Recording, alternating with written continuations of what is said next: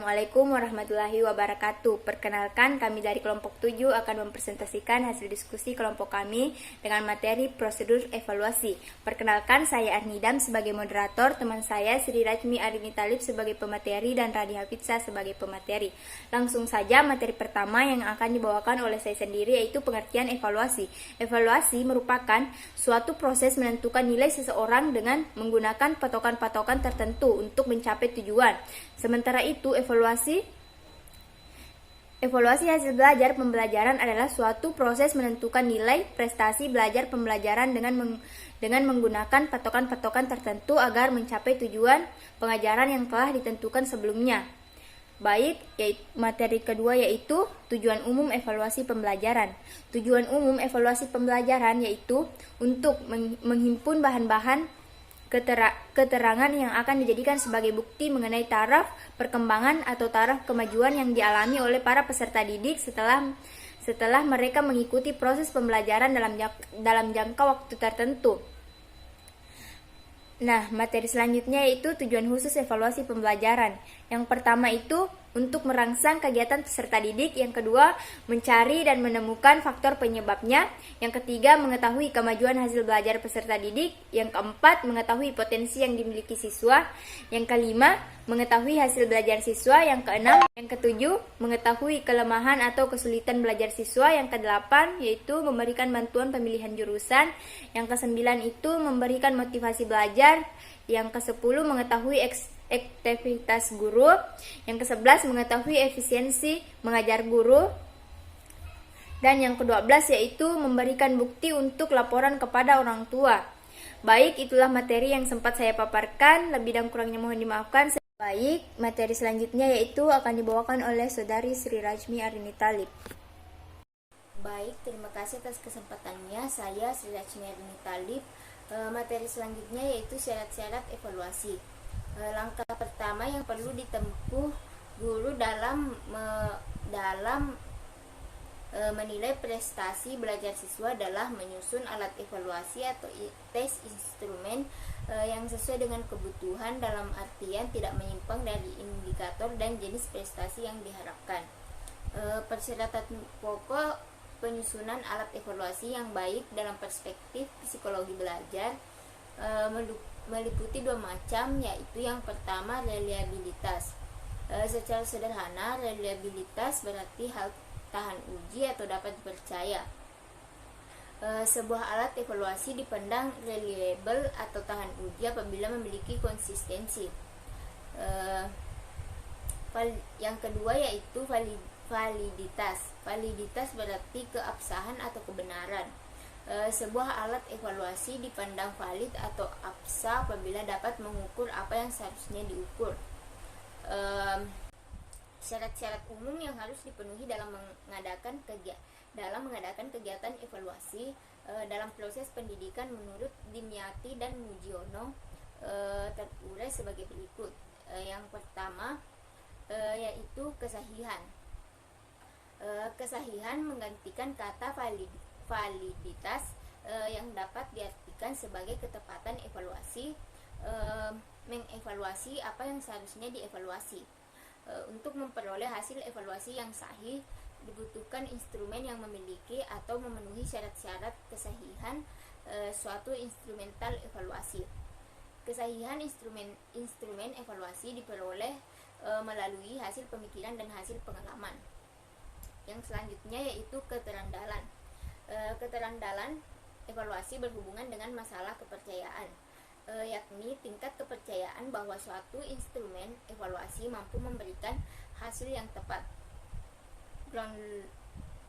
Gronlund dalam Dimyati dan Mujiono mengemukakan bahwa keterandalan menunjukkan kepada konsistensi pengukuran, yakni bagaimana skor tes atau hasil evaluasi lain yang berasal dari pengukuran yang satu ke pengukuran yang lain. Dengan kata lain, keterandalan dapat kita artikan sebagai tingkat kepercayaan hasil evaluasi yang diperoleh dari suatu instrumen evaluasi. Yang selanjutnya yaitu kepraktisan. Kepraktisan evaluasi dapat diartikan sebagai kemudahan yang ada pada instrumen evaluasi, baik dalam mempersiapkan, menggunakan, menginterpretasi atau memperoleh hasil maupun kemudahan dalam menyimpannya. Baik, itulah tadi materi yang telah dipaparkan oleh Saudari Sri Rajmi Arini Talib. Selanjutnya materinya akan dibawakan oleh Saudari Rani Hafidsa. Pembahasan selanjutnya ialah objek evaluasi pendidikan. Ialah segala sesuatu yang berkaitan dengan kegiatan atau proses pendidikan yang dijadikan titik pusat perhatian atau pengamatan karena pihak penilaian evaluator ingin memperoleh informasi tentang kegiatan ataupun proses pendidikan tersebut. Adapun gambaran yang menyeluruh tentang mutu dan kebenaran kinerja transformasi yang dijadikan objek evaluasi adalah semua aspek terkait dalam kinerja transformasi seperti yang pertama adalah masukan mentah, di mana masukan mentah ini yang dimaksud adalah individu yang belajar dan ini belajar akan mempunyai peranan yang besar dalam berhasil tidaknya dalam belajar.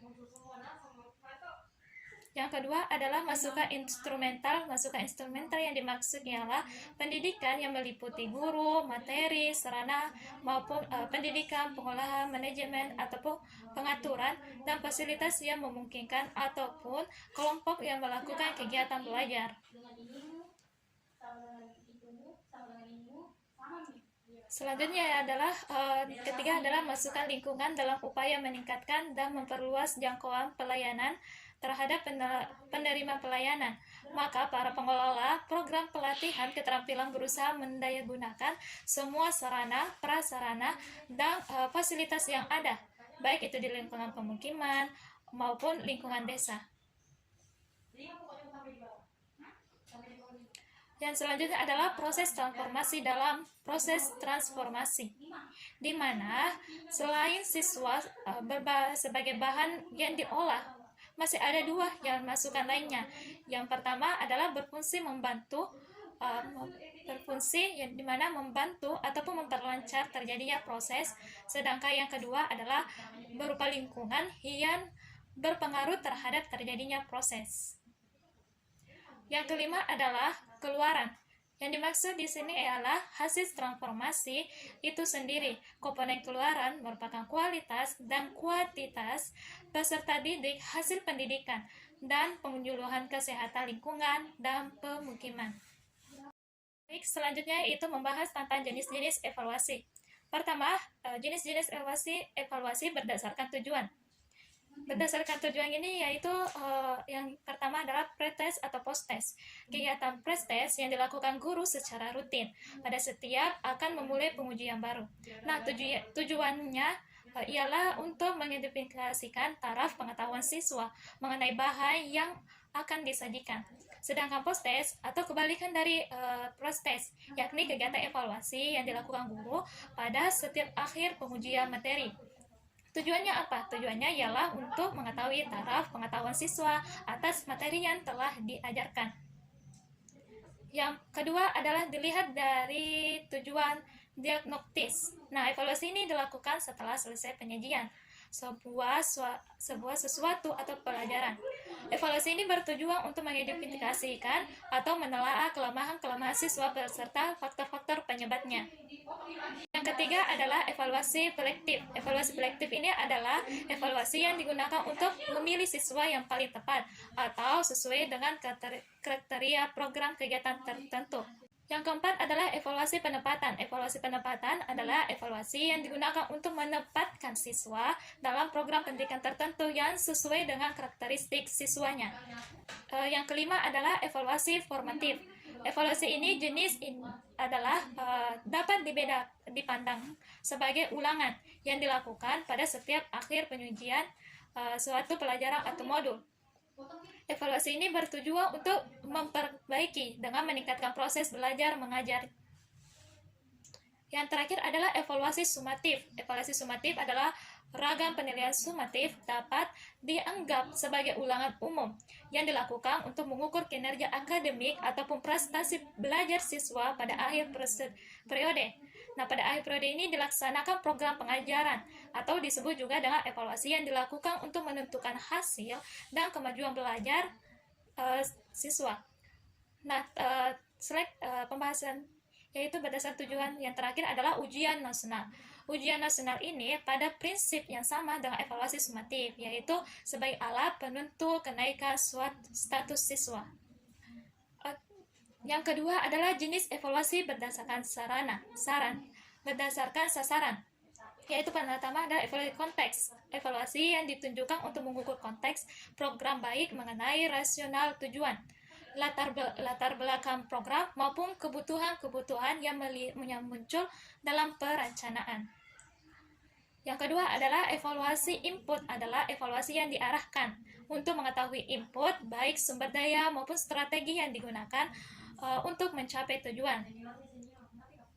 Yang ketiga adalah evaluasi proses. Evaluasi proses ini adalah evaluasi yang ditunjukkan untuk melihat proses pelaksana, baik itu mengenai kelancaran proses, kesesuaian dengan rencana, ataupun faktor pendukung dan faktor penghambatan yang muncul dalam proses pelaksanaan dan sejenisnya. Yang keempat adalah evaluasi hasil ataupun produk, adalah evaluasi yang diarahkan untuk melihat program yang dicapai sebagai dasar untuk menentukan keputusan akhir, yaitu diperbaiki atau dimodifikasi dan ditingkatkan ataupun dihentikan. Yang kelima adalah evaluasi outcome atau lulusan, adalah evaluasi yang diarahkan untuk melihat hasil belajar siswa lebih lanjut, yakni evaluasi lulusan setelah terjun ke masyarakat. Nah, selanjutnya yang ketiga adalah jenis-jenis evaluasi berdasarkan lingkungan kegiatan pembelajaran. Yang pertama ialah evaluasi program pembelajaran. Nah, program pembelajaran ini adalah evaluasi yang mencakup terjadinya tujuan pembelajaran, isi program pembelajaran, strategi belajar mengajar, aspek program pembelajaran yang lain. Yang kemudian adalah yang kedua, evaluasi proses pembelajaran, di mana evaluasi pembelajaran ini adalah evaluasi yang mencakup kesesuaian antara proses pembelajaran dengan garis-garis besar program pembelajaran yang ditetapkan, kemampuan guru dalam melaksanakan proses pembelajaran, kemampuan siswa dalam mengikuti proses pembelajaran. Evaluasi hasil pembelajaran adalah evaluasi hasil belajar mencakup tingkat penguasaan siswa terhadap tujuan. Nah, terhadap tujuan ini, pembelajaran yang ditetapkan, baik umum maupun khusus, tinjauan dalam aspek kognitif, efektif, dan psikomotorik. Pembahasan selanjutnya, jenis evaluasi berdasarkan objek dan subjek evaluasi. Nah, yang dilihat dari berdasarkan objek, di mana evaluasi input adalah evaluasi terhadap siswa mencakup kemampuan kepribadian, sikap, dan keyakinan. Yang kedua adalah transformasi. Adalah evaluasi ini memiliki unsur-unsur transformasi proses pembelajaran antara lain seperti materi, media, metode, dan lain-lainnya. Ketiga adalah output, adalah evaluasi terhadap lulusan yang mengacu pada ketercapaian hasil pembelajaran. Ya, selanjutnya berdasarkan subjek. Subjek ini adalah dilihat dari evaluasi internal, adalah evaluasi yang dilakukan oleh orang dalam sekolah sebagai evaluator, misalnya guru. Nah, kedua, evaluasi eksternal adalah evaluasi yang dilakukan oleh orang luar sekolah sebagai evaluator, misalnya orang tua maupun masyarakat. Baik, pembahasan selanjutnya ialah pendekatan evaluasi pembelajaran. Pendekatan evaluasi merupakan sudut pandang seseorang dalam menelaah atau mempelajari evaluasi. Dilihat dari komponen pembelajaran. Pendidikan evaluasi dapat dibagi dua, yaitu pendekatan tradisional maupun dan pendekatan sistem. Pendekatan tradisional ialah pendekatan ini berorientasi pada praktik evaluasi yang telah berjalan selama ini. Di sekolah, perjalanan selama ini di sekolah ditinjau pada perkembangan aspek intelektual peserta didik. Nah, sedangkan pendekatan sistem ialah pendekatan yang dimana totalitas dari berbagai komponen yang saling berhubungan dan ketergantungan, dimana contohnya seperti penilaian acuan patokan. Acuan penilaian patokan ini adalah pendekatan sering juga disebut dengan norma absolut. Jika ingin menggunakan pendekatan ini, berarti guru harus membandingkan hasil yang diperoleh peserta didik dan sebuah patokan ataupun kriteria yang secara absolut atau mutlak telah ditetapkan oleh guru.